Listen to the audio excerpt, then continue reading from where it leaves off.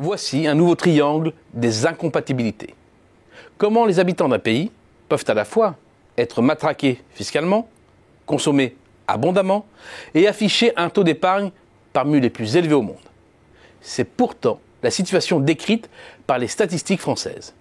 Les prélèvements obligatoires ont dépassé la barre symbolique des 1000 milliards d'euros l'année dernière. Et de l'Union européenne, la France est le pays dont la richesse produite par ses contribuables est la plus ponctionnée. La somme des impôts et des cotisations sociales nettes en pourcentage du PIB dépasse désormais 48%, contre 46,5% en Belgique et 46,4% au Danemark, deux autres poids lourds de la fiscalité. Loin donc devant l'Allemagne, 40,4%, et plus encore de la Bulgarie, de la Roumanie et de l'Irlande qui ferment la marche. Côté consommation, son poids dans le PIB est légèrement supérieur à celui de la zone euro. Et sa dynamique sur les 10 dernières années place la France en deuxième position, juste derrière l'Allemagne, mais loin devant les trois autres économies majeures de la région, Pays-Bas, Espagne et Italie. Quant au taux d'épargne, il fait passer les Français pour des fourmis, au même titre que les Allemands et les Néerlandais, qui thésaurisent également beaucoup, alors que les Italiens et les Espagnols se retrouvent en bas de classement.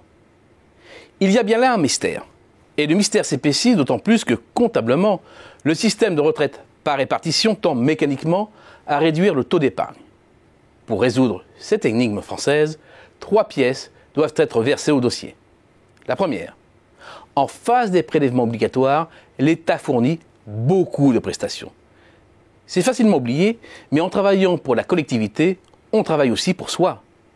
À côté des revenus tirés de l'activité, comme les salaires, ou les revenus mixtes des entrepreneurs individuels et des professions libérales, de la propriété, dividendes et intérêts, il y a les prestations sociales en espèces, pension retraite, allocation chômage, familiale, RSA, etc., auxquelles s'ajoute une ligne fondamentale qui complète les ressources des Français, les transferts sociaux en nature.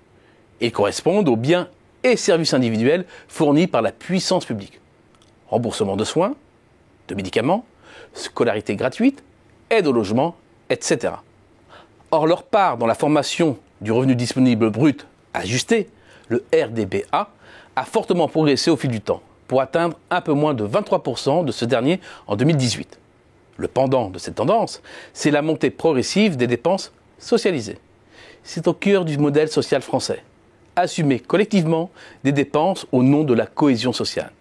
Ce système profite directement aux particuliers, notamment les populations les plus fragiles, en diminuant la part qu'ils doivent débourser pour divers services.